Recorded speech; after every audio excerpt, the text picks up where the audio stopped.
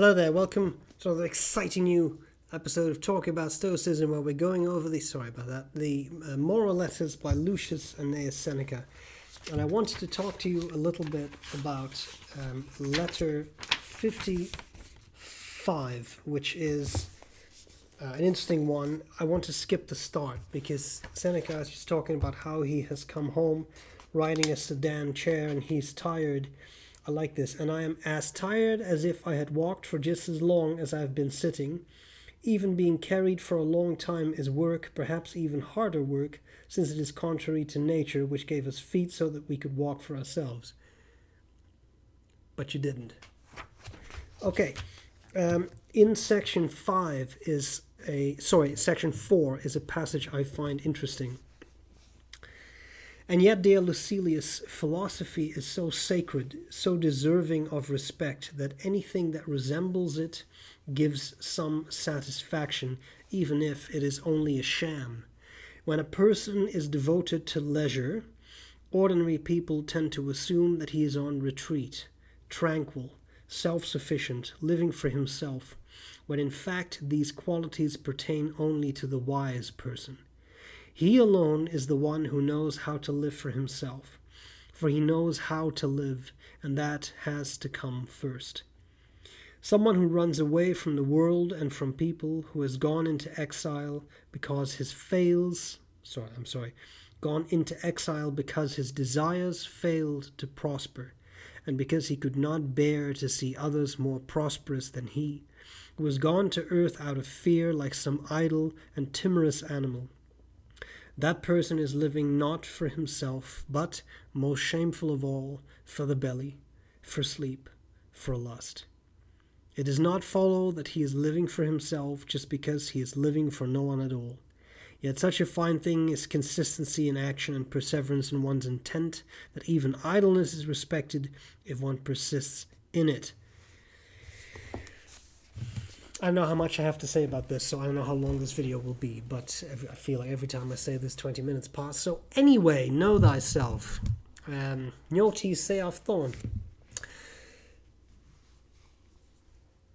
I think Seneca raises a very interesting point here. There is the person whom people think is on some sort of retreat, but they're just engaged in leisure all the time. But then there is the wise person who can actually be alone. And I found that for many people, not everyone, for many people, being alone is a very scary thing.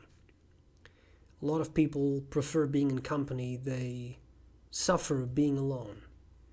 And that's always been interesting to me. When you are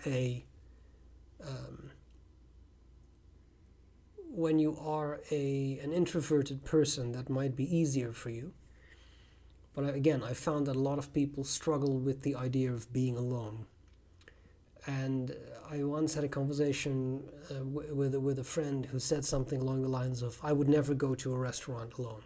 I wouldn't do it. I would feel awkward and uncomfortable sitting there by myself, having other people sort of look at me and realizing that I'm there on my own and all that. And the interesting thing is I've never really felt that. I've been in restaurants on my own, I don't know that many times, but I mean certainly a number of times.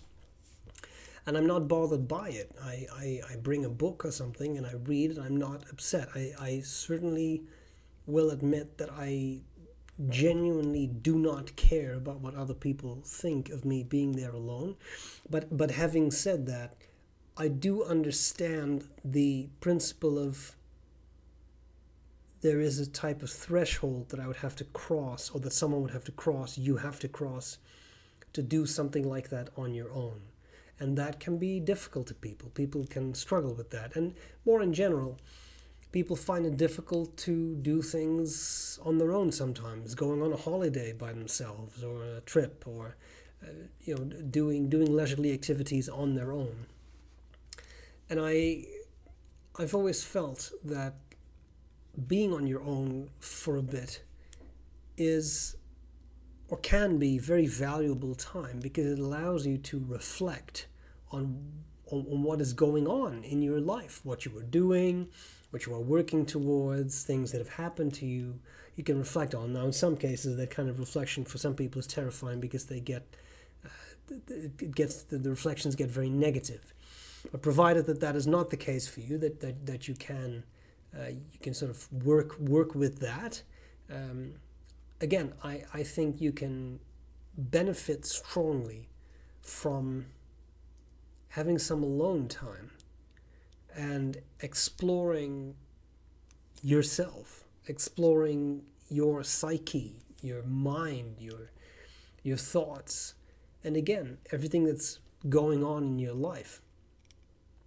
So I always find it interesting when people tell me these kinds of things. If I wouldn't do this on my own, I would never do that on my own.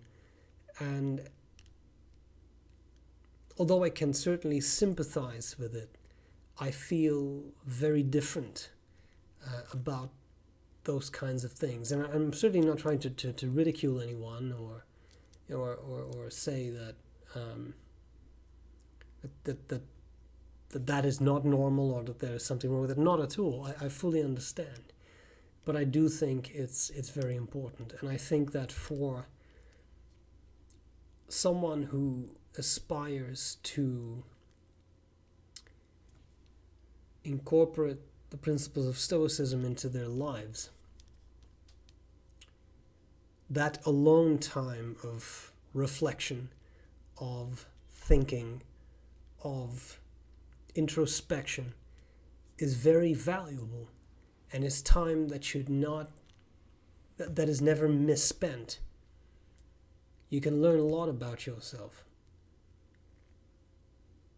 And again, I certainly understand that for some people it can get very negative, but I mean, then there might be other issues at hand that you might want to discuss with someone at some point. Anyway, that was kind of my thinking when I read that specific section on being alone and the consequences thereof. So there you have it. Those were my thoughts. What do you think? Do you like being alone? Is it useful time for you to be alone? How do you approach that? How do you feel about it? What do you do? How do you use that time, that alone time? Do you have specifically productive ways to use that time? I would find it interesting to read about that. And that's all there's to it. I will gladly see you again next time for more talk about Stoicism. Thanks so much for watching. Bye.